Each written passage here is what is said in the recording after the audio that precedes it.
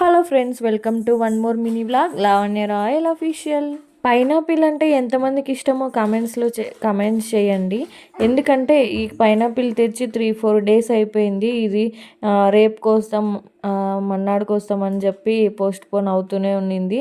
ఇంక ఈరోజు అయితే ఎలాగైనా దీన్ని కోసేసి తినేద్దామని చెప్పేసి కట్ చేసి తింటున్నాం అన్నమాట.